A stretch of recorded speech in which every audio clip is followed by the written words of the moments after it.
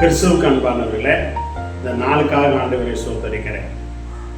கணம் பண்றது குறித்து பார்த்து வருகிறோம். மத்தேயு 15ஆம் அதிகாரம் 8ஆம் வசனத்தை வாசிக்கிறோம். இந்த ஜனங்கள் உதட்டு அளவில் அதாவது என்னை கணம் பண்ணுகிறார்கள்.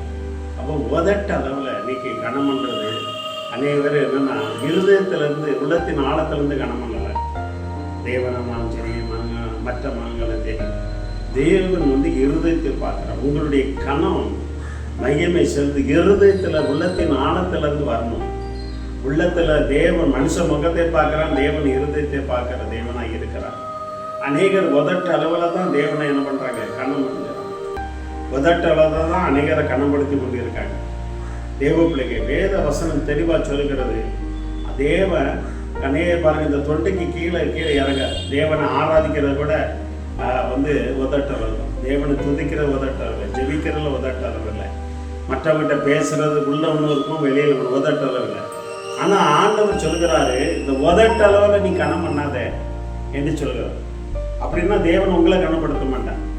உள்ளத்தின் ஆழத்திலிருந்து நீங்கள் கணம் பண்ணணும், தேவனை கணம் பண்ணணும் என்ன ஆண்டவர் சொல்கிறார். அதை தேவ பிள்ளைகளே, அநேகர் என்ன பண்ணுவாங்க, ஏன்னா ஆ பூ 52 ஆனால் கணம் பண்றதுல தேவனை உதட்ட அளவில் நீங்கள் கணம் பண்ணாதீங்க.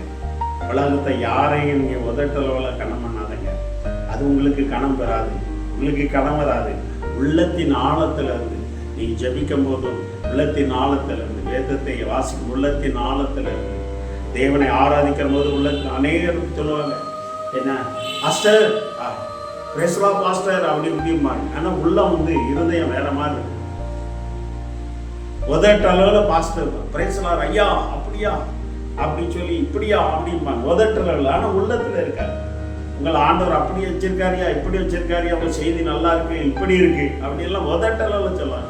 ஆனா இருதயத்திலையும் அவன் இவனும் ஒரு மனுஷன் இருக்கானே, எனக்கு இவெல்லாம் ஒரு ஊழியக்காரன், இவெல்லாம் ஒரு மனுஷன், இவெல்லாம் ஒரு வக்கீல், இவெல்லாம் ஒரு டாக்டர், இவெல்லாம் ஒரு கலெக்டர், இவெல்லாம் ஒரு தாசில்தார், இவெல்லாம் ஒரு மந்திரி, இவெல்லாம் ஒரு முதலமைச்சர், இவெல்லாம் ஒரு பிரதமர் என்று சொல்லி தேவ பிள்ளைகள் உள்ளத்துல நினைக்கிறான். தேவ பிள்ளை அப்படி இல்லை.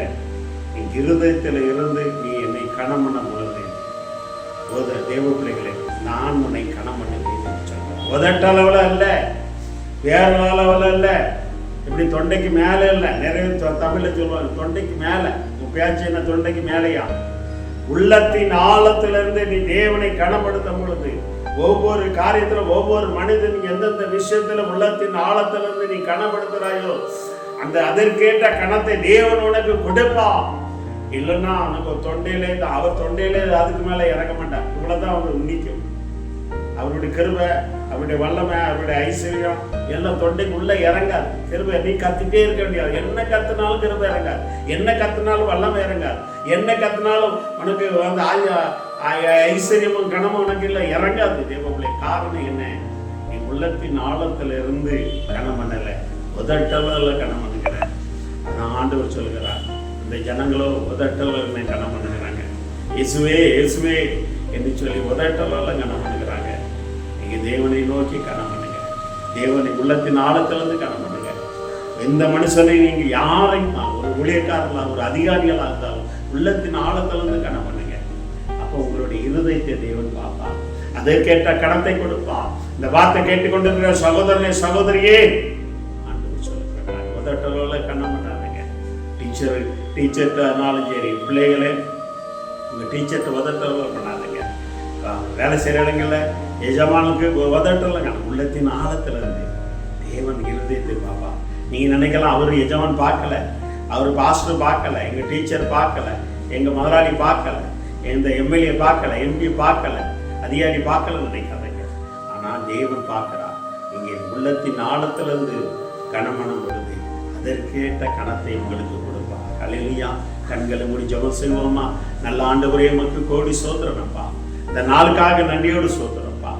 அப்ப உதட்டல் அல்ல, அப்ப உள்ளத்தின் ஆழத்துல இருந்து நாங்கள் அவர்களை கனம் பண்ண பொழுது நீர் எங்களை கனப்படுத்தி வைக்கிற தேவனே சோதரனப்பா. இந்த வார்த்தை கேட்டுக்கொண்டு இருக்கிற ஒவ்வொரு பிள்ளைகளும் கூட வல்லமை இறங்கட்டும். இயேசுவின் நாமத்தால் இதை ஆசீர்வதித்து ஜெயம் கொடுக்கிறோம். நல்ல தந்தையே, ஆமென். bless you. உதட்டளவில் கனம் பண்ணாதுங்க, உள்ளத்தின் ஆழத்தில் கனம் பண்ணுங்க. கர்த்தர் உங்களை கனப்படுத்துவார், மேன்மைப்படுத்துவார்.